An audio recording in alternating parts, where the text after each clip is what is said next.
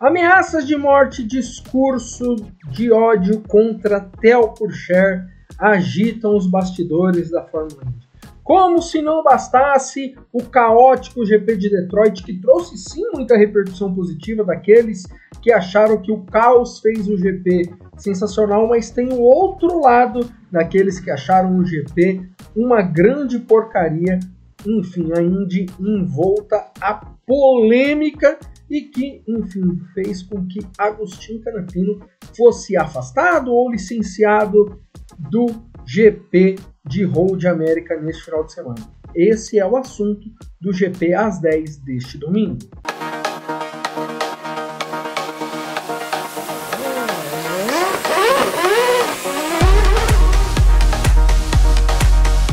Fala galera, Daniel Balso por aqui. A gente vai tentar passar a limpo o que tem acontecido na Fórmula Indy nesse caso de enorme repercussão que fez com que Juncos e McLaren rompessem parceria comercial e técnica, que fez com que o Theo Pourchaire dissesse ter sentido triste por tamanhas ameaças, assim como o Agostinho Canapino, digamos, dobrou a aposta e disse que, na verdade, Theo Pourchaire tinha que pedir desculpas por conta do acidente. Mas antes da gente pôr tudo isso em cima da mesa, eu vou pedir para você deixar o seu like, se inscrever no canal e nos canais do Grande Prêmio, deixar seus comentários, o que você acha desse episódio que tem bagunçado, movimentado os bastidores da Fórmula Indy. Bom, galera, o negócio é o seguinte: na volta 60 do GP de Detroit, o Theo Pourchaire, numa relargada, sim, ele viajou. Ele tentou frear ali, logo depois da relargada, para fazer algumas ultrapassagens e freou no Deus me livre, como diria o poeta contemporâneo. E nisso ele só não parou na barreira de pneus porque tinha o carro do Agostinho Canapino por ali. O Canapino, com isso, perdeu 3 posições. Ele que estava ali brigando pelo oitavo, sétimo lugar, acabou caindo para o 11º, 12º posto até ele se recolocar ali. A IndyCar, a organização da Indy, deu uma punição do Pourchaire. O Pourchaire tinha que perder 3 posições e foi parar logo atrás do Agostinho Canapino.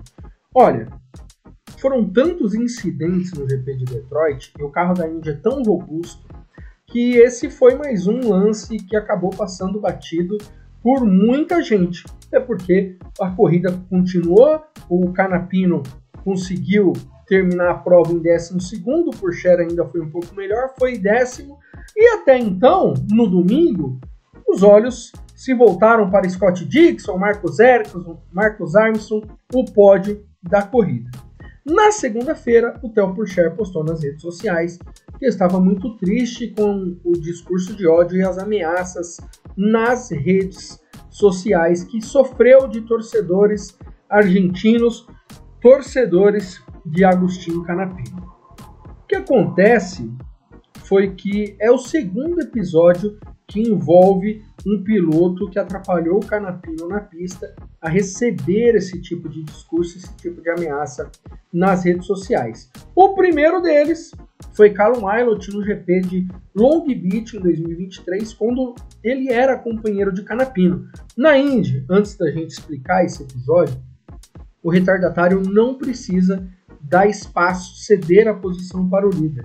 Numa relargada, o Ilott, que tinha que trocar um bico, trocou o bico e voltou logo à frente do Canapino, que era o líder no momento da relargada. O Ilott não quis ceder, quis permanecer na volta do líder e muita gente disse: o Ilott atrapalhou, o Ilott prejudicou o Canapino, e os torcedores argentinos, até inflamados por alguns jornalistas, foram às redes do Callum Ilott vociferar contra a postura do britânico. O britânico, naquela ocasião, ironizou a situação e disse que aprendeu alguns palavrões, algumas palavras em espanhol. A Indy emitiu um comunicado, disse que esse tipo de postura não seria permitido. E, de certa forma, ficou por isso. Acontece que essa é a segunda vez que ocorre algo similar. O Pourchaire, digamos assim, ele não entrou numa brincadeira, não gostou daquilo que aconteceu. E de primeiro momento, a Juncos emitiu um comunicado em conjunto com a McLaren, afinal eles tinham uma parceria técnica, de que esse tipo de postura simplesmente seria ignorado, entre aspas, seria bloqueado, porque não são pessoas que devem fazer parte, que seriam bem-vindas na comunidade da Indy. Acontece que, no dia seguinte, o Agustin Canapino emitiu uma nota em que ele cita, sim, que essas pessoas não são bem-vindas, que ele rechaça veementemente o discurso de ódio, porém a sequência desse discurso dele. Ele disse que não toleraria mais que as pessoas generalizassem o povo argentino por conta desse hate na internet, que não são todos os argentinos que têm esse tipo de postura, o que de fato faz bem Agustin Canapino. Acho que o generalizar é muito pesado. O porém que depois ele começa a falar, eu não vi até agora nenhuma ameaça de morte, e também comentou, e com certa ironia e com certo deboche, alguns posts, né, sobretudo um que ganhou muita repercussão, que é do Martín Ponte, que é um jornalista argentino muito renomado, muito conhecido, que ironiza as ameaças de morte, que ironiza o discurso de ódio, e isso pegou mal dentro da Indy.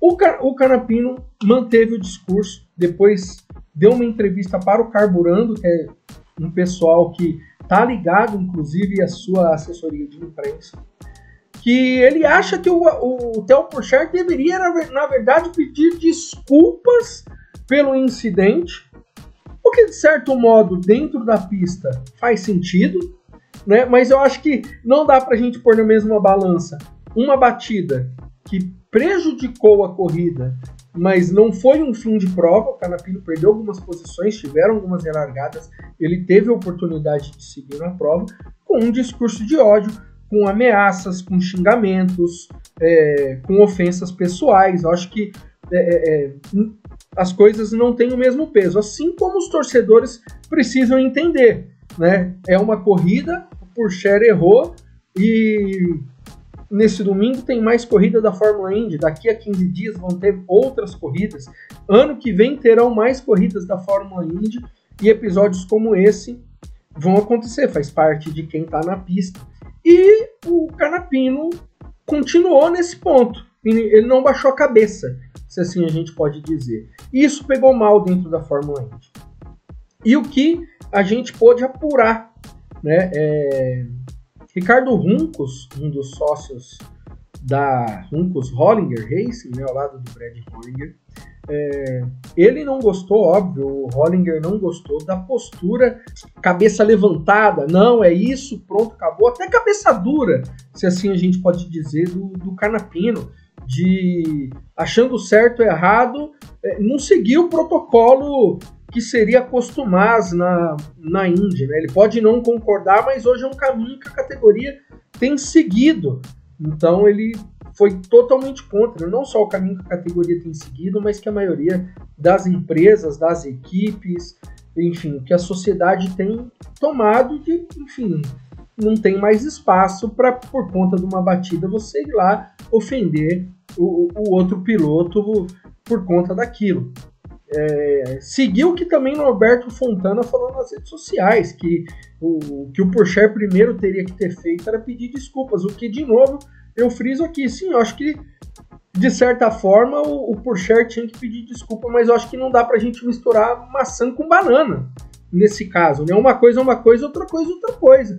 Não teve essa postura mais amena o Canapino, então, de última hora, a Juncos fez com que o Canapino não entrasse no carro 78 e não participasse do treino livre 1, que levou o argentino à loucura. E o argentino, naquele primeiro momento, queria fazer uma coletiva de imprensa.